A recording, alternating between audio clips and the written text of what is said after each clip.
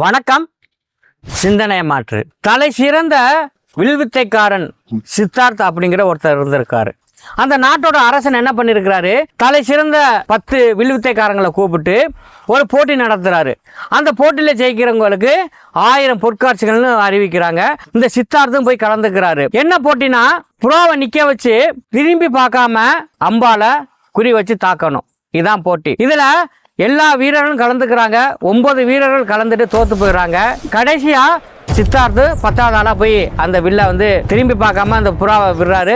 கரெக்டா அந்த புறா கீழே விழுந்துருது. உடனே மன்னர் அவருக்கு 1000 பொற்காட்சிகளை கொடுத்துறாங்க. சித்தார்த்தோட நண்பர் கேட்கிறாரு, எப்படி நீ மட்டும் எல்லா போட்டிலையும் ஜெயிச்சிடற அப்படின்னு கேட்கிறாரு. அதுக்கு சித்தார்த்து சொன்னாங்களாம், மற்றவங்களாம் அந்த பொற்காட்சிகள் கிடைக்கணும், வெற்றி கிடைக்கணும்னு நினைச்சிட்டு குறி வச்சு சுட்டாங்க. ஆனா நான் கத்துக்கிட்ட இந்த வில்வித்தை மீது கொண்டுள்ள காதல்னால நான் அம்பு எரிஞ்சேன், அதனால எனக்கு வெற்றி தானா கிடைக்குது அப்படின்னாராம். உண்மைதாங்க. எந்த ஒரு செயலை நம்ம செய்யும் போது வெற்றி கிடைக்கணும், அந்த பரிசு தொகை கிடைக்கணும், நம்ம செயல்படக்கூடாது. நம்மளுடைய வேலைகளை காதலோடு உள்ள அன்போடு நம்ம செஞ்சாலே வெற்றி தானா கிடைக்கும். மீண்டும் அடுத்த பதிவில் சந்திப்போம். சிந்தனை மாற்று. நன்றி, வணக்கம்.